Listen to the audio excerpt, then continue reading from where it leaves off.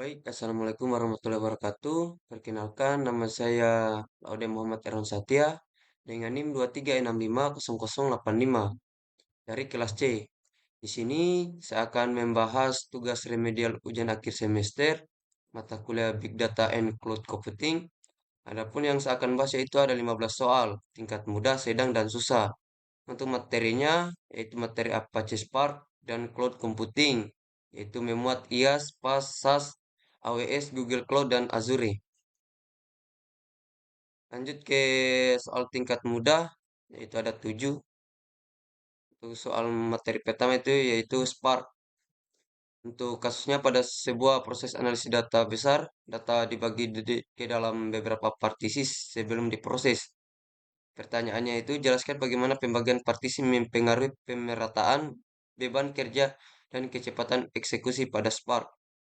Yaitu, Spark membagi dataset menjadi partisi yang didistribusi ke banyak eksekutor agar dapat diproses paralel. Partisi yang seimbang membuat setiap eksekutor mendapat beban kerja setara sehingga seluruh core aktif bekerja bersamaan. Terlalu sedikit partisi atau paralelisme rendah. Sebagian resource menganggur, terlalu banyak partisi kecil, overhead scrolling meningkat. Partisi yang tidak seimbang atau data skew menyebab straggler. Satu task jauh lebih lama sehingga memperlambat keseluruhan job. Materi ya itu kedua, kasus dalam satu pipe linen analisis terdapat operasi filter map lalu group by. Pertanyaannya, jelaskan operasi mana yang paling berpotensi menambah biaya pemrosesan dan mengapa hal itu terjadi. Yaitu group by adalah operasi yang paling berpotensi menambah biaya pemrosesan. Filter dan map termasuk narrow transformation diproses langsung di dalam partisi tanpa perlu memindah data antar node. Group by memerlukan shuffling, yaitu menata ulang dan mengirim data antar partisi atau node berdasarkan key yang sama. Souffle melibatkan input dan output disk dan jaringan yang besar sehingga menjadi tahap paling mahal secara komputasi dalam pipeline. Ketiga, sebuah dataset yang sama digunakan beberapa kali dalam satu rangkaian analisis. Pertanyaannya, jelaskan bagaimana cache atau persit membantu mengurangi pekerjaan ulang pada Spark. Spark bersifat lazy evaluation tanpa cache. Dataset akan dihitung ulang dari awal, yaitu mengikuti lineage. Setiap kali dipanggil oleh action baru, cache atau persit menyimpan hasil intermediate di memori atau disk setelah pertama kali dihitung. Pemanggilan berikut cukup membaca hasil yang tersimpan tanpa mengulangi seluruh transformasi dari sumber data. Hasilnya, waktu eksekusi rangkaian analisis jadi jauh lebih cepat, terutama saat dataset dipakai berulang kali. Keempat, pada pengolahan data terdistribusi, ukuran partisi antar node tidak sama. Pertanyaannya, jelaskan dampak terhadap eksekutor task dan keseluruhan waktu proses. Pembahasannya, yaitu eksekutor yang menerima partisi lebih besar akan mengerjakan task lebih lama dibandingkan eksekutor lain. Inilah yang disebut straggler. Eksekutor dengan partisi kecil selesai lebih cepat dan menjadi idle, menunggu task lain rampung. Sebuah stack baru dianggap selesai setelah seluruh task di dalamnya selesai. Jadi durasi total ditentukan oleh task yang paling lambat. Akibat efisiensi cluster menurun dan waktu proses keseluruhan job menjadi lebih panjang dari seharusnya. Lanjut ke nomor 5. Sebuah organisasi memiliki beberapa aplikasi yang berjalan di cloud dan ingin mengelola secara terpisah tetapi tetap rapi. Pertanyaannya, jelaskan mengapa struktur organisasi resource seperti region, zone, project, atau resource group penting dalam pengelolaan cloud. Struktur ini memisahkan resource tiap aplikasi sehingga tidak saling bercampur atau berkonflik meski berjalan di infrastruktur yang sama, memudahkan pengaturan hak akses atau IAM secara spesifik per aplikasi atau tim sesuai prinsip less privilege, mempermudah pemuatan biaya atau billing, dan penggunanya resource per unit aplikasi secara terpisah. Region dan zone menentukan lokasi fisik data, mempengaruhi latensi, ketersediaan, dan kepatuhan regulasi data. 6. Yaitu sebuah tim kecil ingin fokus pada pengembangan aplikasi tanpa memikirkan server, sistem operasi, dan platform dasar. Pertanyaannya, jelaskan perbedaan beban pengelolaan yang muncul pada IaaS, PaaS, dan SaaS dalam kasus tersebut. IaaS, tim tetap mengelola sistem operasi patching dan konfigurasi server sendiri. Beban pengelolaan paling besar, PaaS provider mengelola infrastruktur dan runtime, tim cukup fokus menulis dan mendeploy kode. Paling cocok untuk kasus ini. SaaS, aplikasi sudah jadi dan siap pakai sehingga tidak relevan untuk tim yang ingin mengembangkan aplikasi sendiri. Semakin tinggi tingkat abstrak layanan, IaaS, PaaS, dan SaaS, semakin kecil beban pengelolaan infrastruktur yang ditanggung tim. Yang ketujuh, sebuah sistem harus tetap responsif ketika pengguna meningkatkan dan lokasi pengguna tersebar di berbagai wilayah. Jelaskan mengapa karakter cloud seperti skalabilitas, akses jaringan, dan distribusi resource menjadi penting dalam kasus ini. Skalabilitas atau elastisitas memungkinkan resource otomatis bertambah saat beban naik, sehingga sistem tetap responsif tanpa downtime. Akses jaringan yang luas memastikan pengguna dari berbagai lokasi dapat terhubung dengan cepat dan stabil. Distribusi resource ke berbagai region data center mendekatkan layanan ke pengguna, sehingga latensi menurun. Ketiganya, ketiganya bekerja sama untuk menjaga ketersediaan, availability, dan performa sistem secara global. Masuk ke soal tingkat sedang. Nomor 8. Pada sebuah job Spark, satu task selesai jauh lebih cepat dibandingkan task lain karena ukuran data antar partisi tidak seimbang. Analisis penyebab kondisi tersebut dan jelaskan dampak terhadap performa keseluruhan job. Yaitu penyebab terjadi data skew, distribusi data antar partisi tidak merata, sehingga satu partisi jauh lebih besar dari yang lain. Tas dengan partisi kecil selesai cepat, lalu idle, sementara tas dengan partisi besar menjadi straggler yang berjalan jauh lebih lama. Sebuah stake baru selesai setelah semua tasnya rampung, sehingga job harus menunggu straggler tersebut. Dampaknya, total waktu job memanjang, resource cluster tidak dimanfaatkan secara efisien, dan throughput keseluruhan menurun. Nomor 9. Sebuah organisasi sedang mempertimbangkan AWS, Google Cloud, dan Azure untuk mendukung sistem dengan kebutuhan resource dan struktur lingkungan kerja yang berbeda. Pertanyaannya, bandingkan ketiga platform dari isi pengelolaan resource, keteraturan struktur lingkungan kerja, dan kecenderungan penggunaan dalam organisasi yang berbeda. Jelaskan perbedaan yang paling berpengaruh pada desain sistem cloud. AWS, ekosistem layanan paling luas dan matang, struktur resource granular atau WPC IM detail, populer di startup hingga enterprise.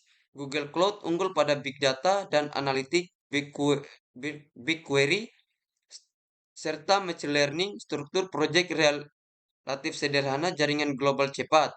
Azure integrasi kuat dengan ekosistem Microsoft, aktif di Directory, Office 365, disukai enterprise yang sudah memakai produk Microsoft.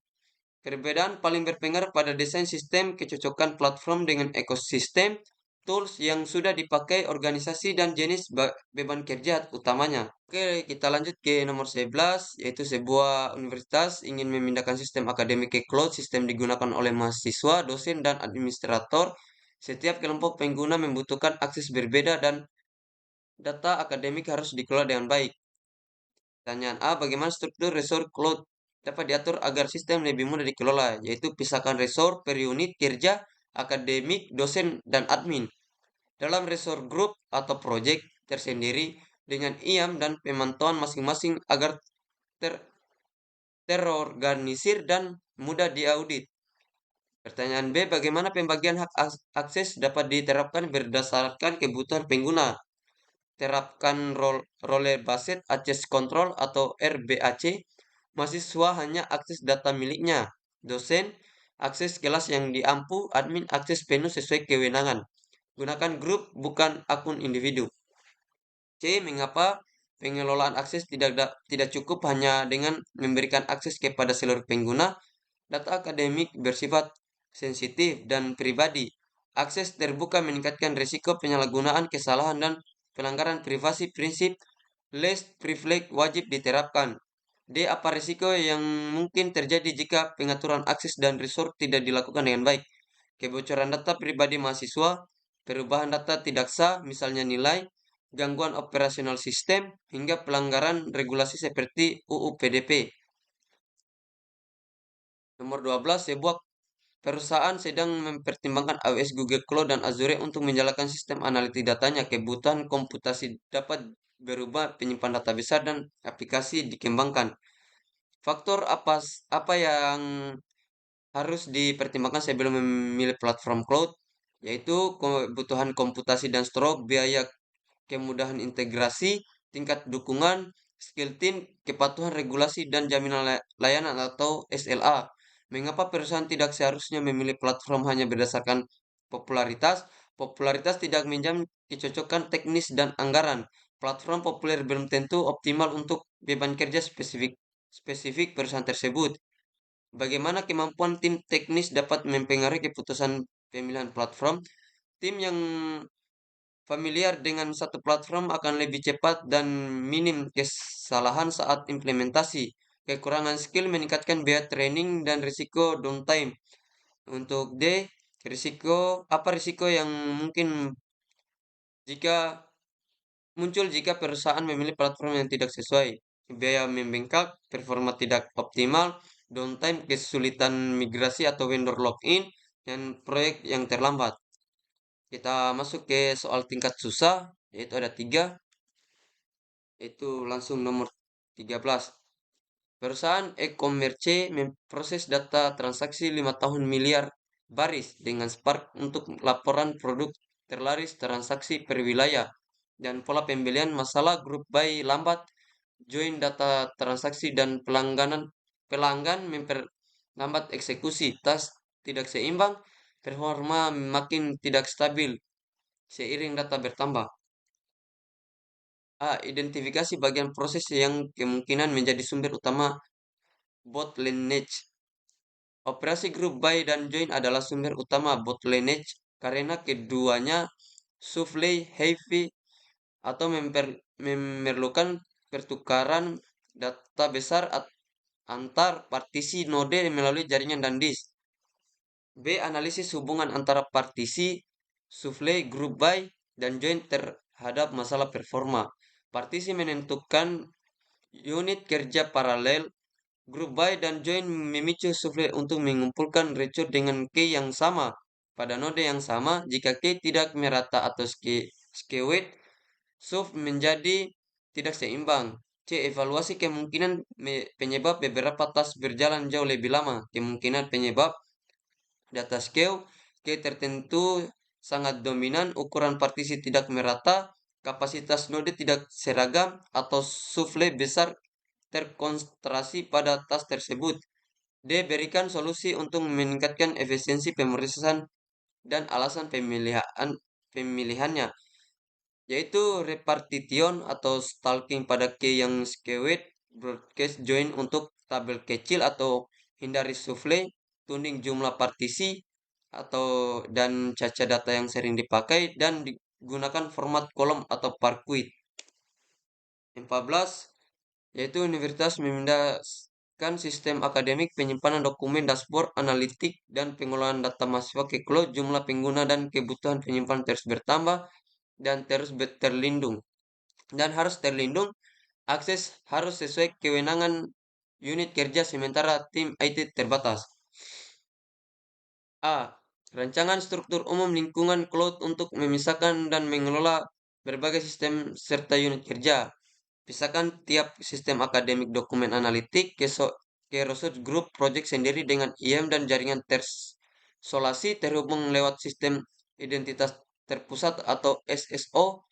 Analisis bagaimana pemilihan IAS, PAS, atau SAS diterapkan berbeda untuk tiap kebutuhan. Sistem akademik dan dashboard analitik cocok pas, mengurangi beban tim IT terbatas, dokumen memakai layanan stroke terkelola, pengembangan aplikasi baru memakai PAS agar tim fokus pada kode. C. Bandingkan AWS, Google Cloud, dan Azure berdasarkan kebutuhan komputasi, penyimpanan, pengelolaan resource, dan kemampuan tim IT. AWS ekosistem paling lengkap, Google Cloud unggul analitik dan harga kompetitif, Azure unggul jika kampus sudah memakai Microsoft 365 atau AD untuk single sign-on. D. Evaluasi risiko terkait akses keamanan data, tergantung penyedia cloud dan biaya. Berikan strategi mitigasi. Mitigasi RBAC dan audit log akses.